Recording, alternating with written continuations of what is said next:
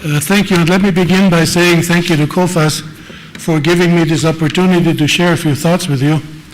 I do have to tell you also that looking at two regions like North Africa and the Middle East and trying to discuss those in 25 minutes is a little bit like taking this herd of oxen that Merrill Lynch used to have galloping across your television screen years ago when they were still bullish on America, and trying to boil this down into a tiny little bouillon cube. So let me try to do this in some very broad brushstrokes, if I may. At first, as far as some of the basic trends are concerned, we all do know now that these revolutions that swept the region began in Tunisia. And Tunisia changed the game in two ways. Tunisia made it clear, first of all, that in order to have a revolution, you don't need a big organization.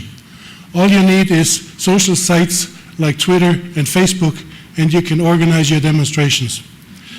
Tunisia also showed that the tyrants that have been running these countries are not necessarily undefeatable. In other words, if you show a solid front, if you put enough pressure on them, eventually they will fall. So that, of course, had its effect throughout the region, which has in common repressive regimes, limited human rights, poverty, a rising rate of inflation, especially in the areas of food and fuel, which hurts the poor in particular, limited employment, high unemployment, especially among young people, generally young populations, and ultimately access to the internet, an internet that showed people how the rest of the world lives and what they are missing out on. Also in common is that these revolutions that we have seen lack focus. If you look at the people who started them and who carried them on, the one thing they have in common is that none of them have any plans beyond getting rid of the regime. After regime change, there are really no plans as yet. So there's a lack of focus. There's also the fact that Iran has been playing a major role and has been trying to make things worse wherever it could. In other words, it has played a role in Bahrain, it has played a role in Yemen, it has played a role in various other parts, wherever it found that this would be to its advantage. Also important is the role of militant Islam, and by that I mean particularly Al-Qaeda. And let me say right here now that the death of Osama bin Laden is not going to change country risk assessments anywhere in the region. It's not going to have that kind of an impact. Al-Qaeda has long ceased to be this kind of organization oriented towards one person. It has long broken up into various parts. You probably know it as Al-Qaeda on the Arab Peninsula, Aqab in Yemen. You know it as Al-Qaeda in the Islamic Maghreb, Akim in the north of Africa. You know it as Sahab in Somalia. So it's long broken up into various parts, and they will continue to function as they have until now. So the threat is really not gone. And the threat is a long-term one, because one of the favorite sayings of Osama bin Laden used to be, you have the watches, but we have the time. So they are looking at this as a long-term proposition to get the entire West out of the Middle East. The one thing I think one can say in general about the revolutions that are still going on, about the ones that have taken place, is that from a longer-term perspective, none of this will be in the Western interest. Most of this will ultimately bring to power regimes that really do not have Western interests uppermost in their mind, as many of them have had until fairly recently. Now, as we look at individual countries, I'm not going to spend very much time on Morocco, because Morocco has a king, King Hassan, who is generally appreciated by the population as a benevolent monarch. He has done a lot for the country.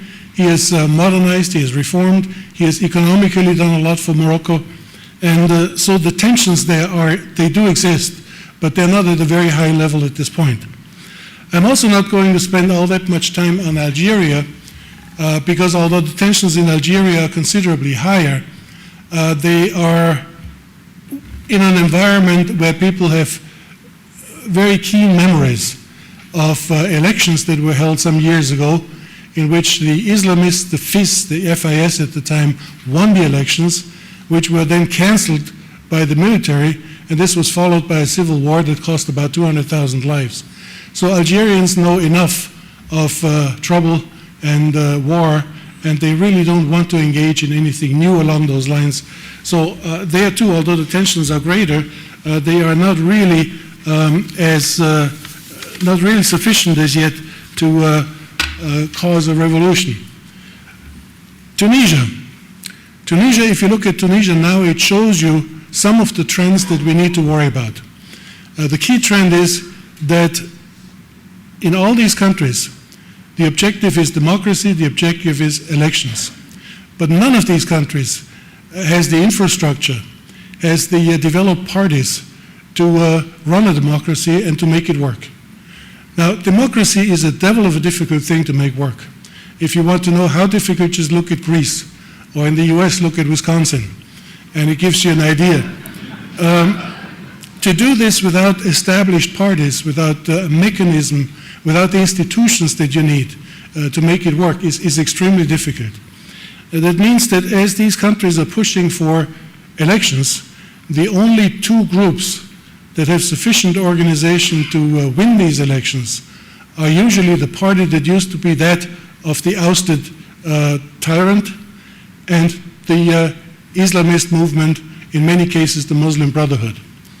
In Tunisia right now, the Islamist movement, Ennahda, is trying to get the party of the previous President Ben Ali decertified, saying that they really don't deserve to take part in any elections because they were supportive of the ousted regime.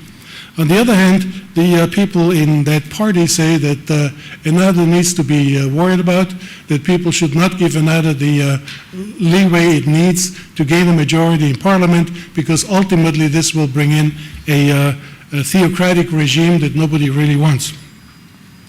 So that shows one of the problems that we are encountering these days. If you go a little further to the east, I won't spend too much time on Libya because Libya is currently in a military stalemate. I have to tell you, I have no idea when ultimately Gaddafi will go. That he will eventually have to go is obvious, but when this will be, I have no idea.